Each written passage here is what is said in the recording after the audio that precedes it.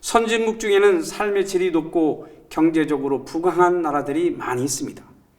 이들 나라를 가만히 들여다보면 분권이 매우 잘 돼 있다는 것이 특징입니다. 그래서 지방자치를 민주주의의 기둥이라고 하는데요.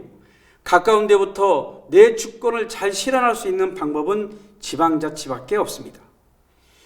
우리는 주민주권을 잘 수행할 수 있는 방법에 대해 함께 고민을 해야 합니다. 그것이 결국 민주주의이기 때문입니다. 그렇다면 민주주의 때문에만 지방시대가 필요한가요? 당위적으로 당연히 해야 하는 건 맞지만 지방시대는 우리의 삶을 풍요롭게 해줍니다. 무슨 말이냐면 지방자치는 높은 효율성을 가진다는 말입니다.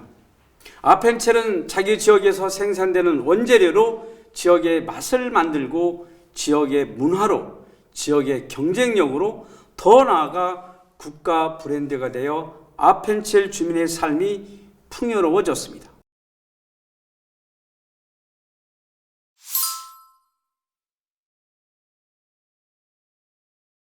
모두가 잘 살고 대한민국을 서울처럼 만든다고 해서 지방시대가 되느냐? 자치는 우리 지역에 맞는, 우리 지역의 특성에 맞는 자원을 가지고 우리가 다른 지역보다 더 잘 살도록 만드는 것이 자치이고, 이를 통해 끊임없이 지역 간에 경쟁하는 것, 광명시가 시흥시와, 시흥시가 안산시와 경쟁하는 것, 이것이 지역 발전의 선순환 구조를 만들어내는 것이 지방자치인 것입니다. 이론적으로는 분권이 선행되어야 하고 자치가 뒷받침 안 되면 지방시대가 불가능합니다.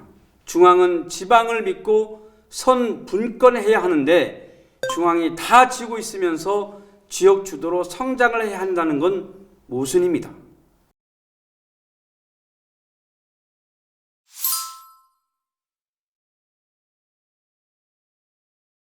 저희가 지방자치가 다시 부활해가지고 된 지가 한 30년 됐는데 아직도 여전히 부족해요. 뭐가 부족하냐? 권한이 많이 위임되지 않은 것도 있지만 그것보다는 우리가 스스로 같이 자치활동을 했던 이런 경험들이 부족한 거예요.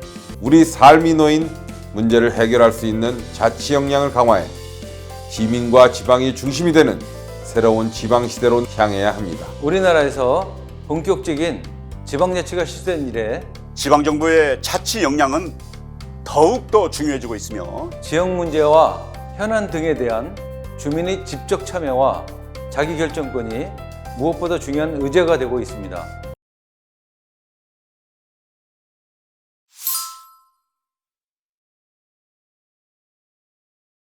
우리나라의 기초지방자치단체는 다른 나라의 광역지방자치단체 수준에 버금갈 정도로 굉장히 규모가 크다 이렇게 볼 수가 있는 거죠. 그런데 우리나라에서는 시대적인 흐름에 반하는 그런 정책을 지방정책을 계속 추진해 왔습니다. 대부분의 사무들, 중요한 사무들, 기본적인 사무들이 거의 광역지방자치단체로 배정이 되어 있습니다. 또 공동체에 대한 관심, 애착 키워나가야 우리나라의 분권적인 질서가 정착되고 관료주의에 의한 중앙집권적인 제도를 극복할 수 있는 그런 계기가 되지 않을까. 풀뿌리 자체가 잘 발달되어서 날마다 이 자유와 민주주의를 실천하고 있는 나라, 이런 나라에서는 어떠한 역경이 부딪히더라도 그것을 극복하고 민주주의를 유지하더라.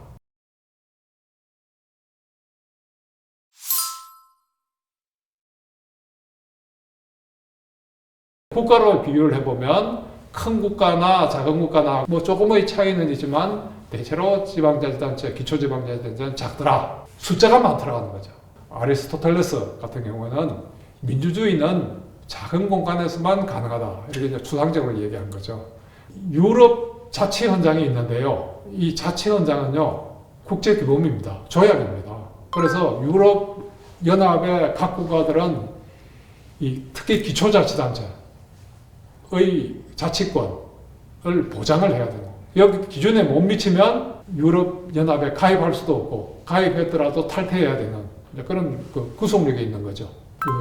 독일, 프랑스, 그다음에 뭐 스페인, 이탈리아에서 등등 비롯해서 유럽의 거의 대부분의 국가에서 민주주의가 죽어버립니다. 이것을 유럽 민주주의의 떼죽음이라고 표현을 하고, 이 떼죽음으로부터 유럽을 구원하기 위해서는 어떻게 해야 되냐? 지방의 자유를 보장해야 된다.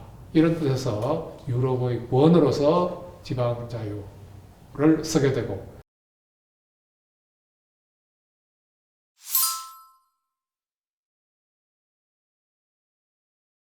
우리나라 지방정부는 현재 모두 보통지방정부, 다른 말로 하면 일반지방정부입니다.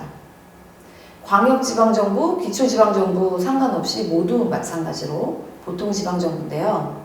이 보통지방정부는 해당 지역 안에서 모든 기능, 종합적인 사무를 수행합니다. 이 특수목적 지방정부가 그러면 이제 사무를 볼 텐데, 이 관장 사무는 사실 특별한 제한이 없이 무엇이든 할 수 있습니다.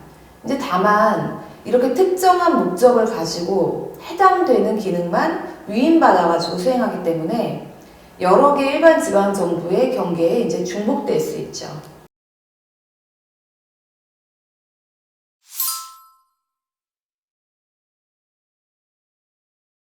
특별지방자치단체는 굉장히 강력하게 협력 단위가 이제 올라 있는 그런 상황이지만, 이제 낮은 단위에 연대를 해서 협력을 해서 사무를 처리할 필요도 있는 거거든요.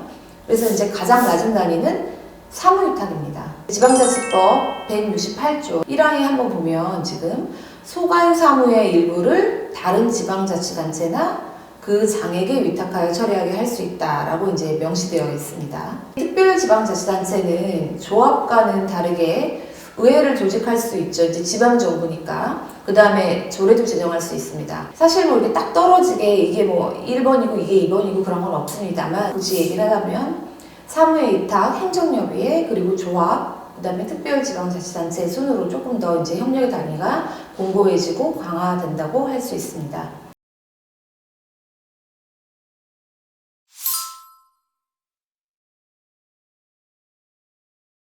이 2단계 지방분권의 조속 실현인데, 국세와 지방세 비중을 소위 7대3으로 가져가자. 다시 말해서 지방소비재 비율을 높이고 지방교부세 비율도 확대하는 등등의 노력을 해야 할 겁니다. 지방 재정력이 열악한 지역인 경우에 분권 과정에서 불이익을 볼 수 있습니다. 따라서 중앙정부에서 차등보조제와 같은 방법을 선택해서 낙후 지역에 보다 보조를 더 많이 해주는 그런 제도도 도입할 필요가 있습니다. 지방정부에 보면은 능력과 성과에 의해서 승진을 하기보다는 오래된 근무기간을 통해서 순환 보직을 하면서 이 성장해 갑니다. 그러니까 전문성이 길러질 수 없습니다. 따라서 관료제의 개혁과 공무원의 전문성 강화, 이것도 중요한 과제 중에 하나입니다. 국가 산업발전 정책과 지역균형 정책의 조화, 이것도 굉장히 중요합니다. 사실은 지역 불균형 문제는 지방 혼자서 지역이 주도로 해결할 수 없습니다.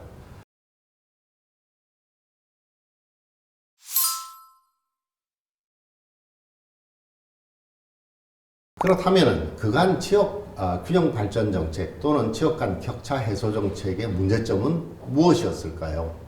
첫 번째는 중앙정부 주도의 획일적 정책이 문제였다.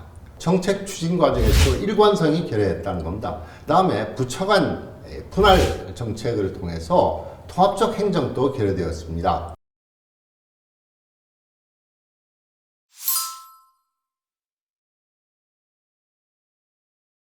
또 이제 결과 중심을 내세우는데, 그래도 사실은 그 정치성이 좀 들어가 있다고 할 수 있겠죠. 정치가 이제 결과를 중시하니까. 그때 그 PDCA라고 있습니다. P가 이제 플랜, 계획이고요. 2가 실행이고, 그 C가 이제 체크, 평가죠. 그 다음에 A가 액션, 개선입니다. 그러니까 그것에 대해서 그 수치, 목표를 구체적으로 설정해라.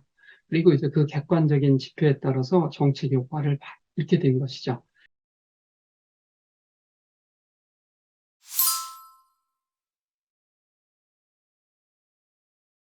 일본도 지금 심각한 것이 그 저출산 고령화지 않습니까? 않습니까?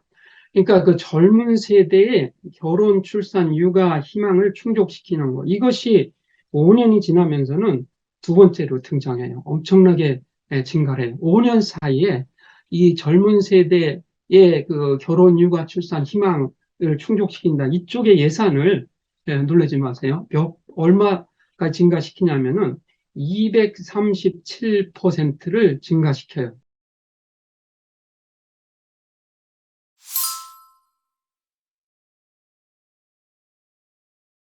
또 하나는 육아 지원을 하게 되죠. 여기서도 하나 놀랄 것이 뭐냐면은 육아 지원할 때 거기다가 이제 5성, 그러니까 그 별이 5개인 거죠. 별 5개로서 이름 새겨가지고 그 육아 지원의 시설을 만들어. 이거 뭐 고유명사이기 때문에 일본어 그대로 표현 씁니다. 타쿠란보 탄토크루 센터. 어쨌거나 이건 뭐냐면은 보건 육아 지원을 두텁게 할 수 있도록 하는 시설을 아주 잘 만든 거죠.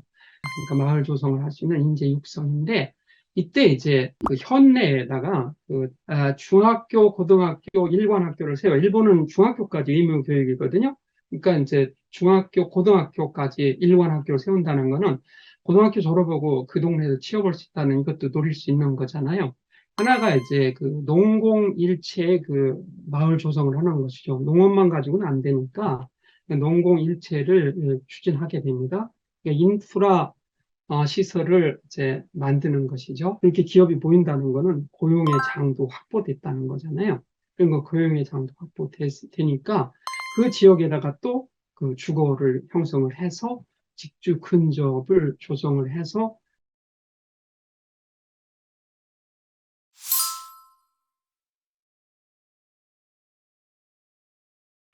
그것을 일본 내각부 거기에서 지방창생제도의 그 분류를 하고 있어요. 크게 두 가지로 분류하는데, 하나가 지역별 분류를 하고 또 하나가 정책별로 분류하는 거예요. 이 GI 보호제도는 뭐냐면은 그 지역에서 형성된 전통하고 그런 특성을 살린 농산품 가운데 품질이 상당히 좋고 또 산 지역과 연결돼 있고 특징 지을 수 있는 어떤 그 명칭을 부여해야만이 이것이 보호를 받잖아요. 시점년의 총 인구에서 그 종점년의 총 인구를 빼면 얼마나 증가했느냐 이렇게 되잖아요. 그런데 그때 이제 자연 증감수가 있잖아요. 뭐냐면은 출생수가 있고 사망수가 있어요. 이거는 어쩔 수가 없는 거잖아요. 인간이 자연적으로 죽고 또 인간이 꼭 이제 출생을 하게 되는 것은 자기 의지로 되는 건 아니잖아요. 그러니까 그런 자연 증감수는 빼게 되죠. 그리고 이제 애들이 놀면서 배울 수 있는, 일본말로는 놀유자에다가 교육할 때 육자요, 유육센터라고 하는, 그러니까 그러니까 놀면서 배울 수 있는 거를 컨셉으로 내세워가지고 놀이동산을 만든 거죠.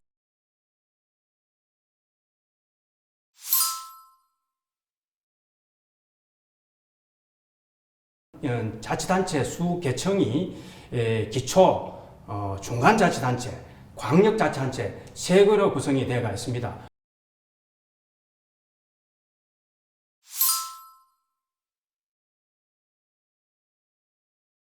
먼저 행정적인 측면에 봤을 때는 개청이 기초 도단위, 시읍면 도에서 광역도 또는 지역이라 하는 레지옹을 신설해서 3청제를 바뀌었고요. 그리고 프랑스는 최근에 지역을 300만 명 수준에서 500만 명 수준으로 22개를 13개로 통합을 했습니다.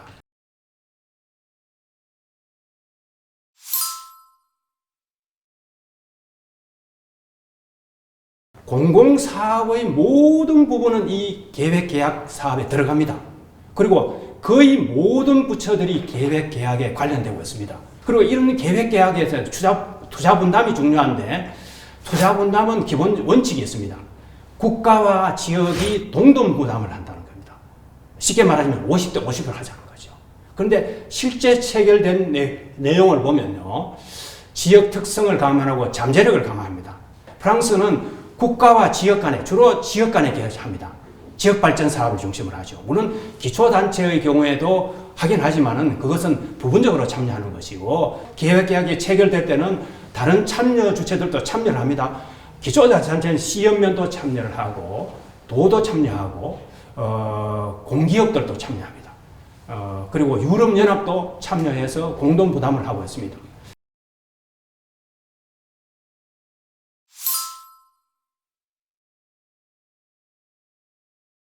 강이라든지 산악지대는요, 우리도 그렇잖아요. 낙동강이나 한강의 경우는 여러 자치단체가 연결되어 있습니다. 이런 경우에는 지역 간 계획 계약도 체결합니다. 그리고 이 계획 계약 절차는요, 정부령, 우리 같으면 대통령 명예로 구체적으로 지침을 정해가지고 거기 지침에 따라서 되는데, 프랑스의 경우에는 국토균형청이란 겁니다.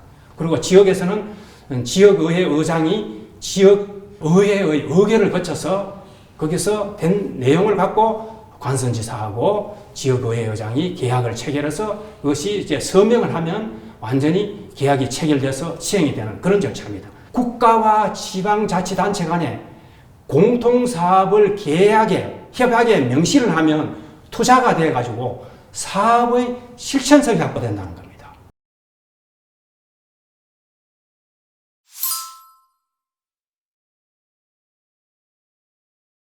지방 분권을 더 확고히 하려면 기본적으로 헌법을 개정해야 되겠다 해서 지방 분권형 헌법으로 바꿨습니다.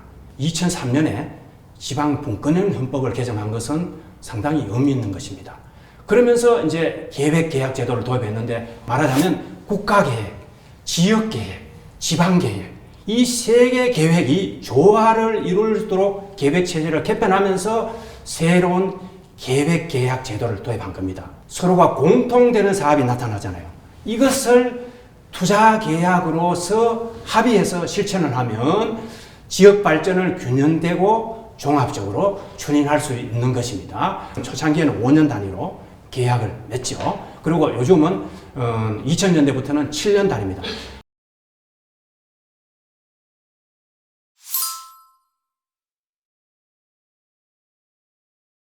근데 꼭 지금 우리나라 법률에는 2개 이상의 지방정부가 공동으로 해야 된다고 하는데, 한 개의 지방정부 안에 특별지방정부를 설치할 수는 없나요? 지금 현재는 법에서 안 되죠. 지금 우리는 이제 집행부와 의회가 서로 대립하는 기관 대립형이잖아요. 단체장도 뽑고 의원도 뽑고. 결국에는 지역을 성장시키기 위해서 특수한 목적을 가진 목적형 정부가 되죠.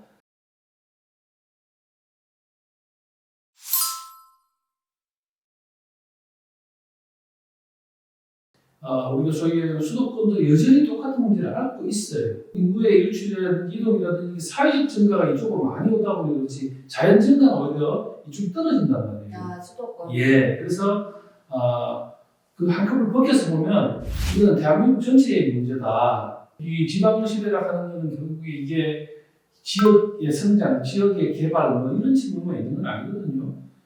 결국은 공동체 정부를 만든 주민의 주권, 이것도 있어요.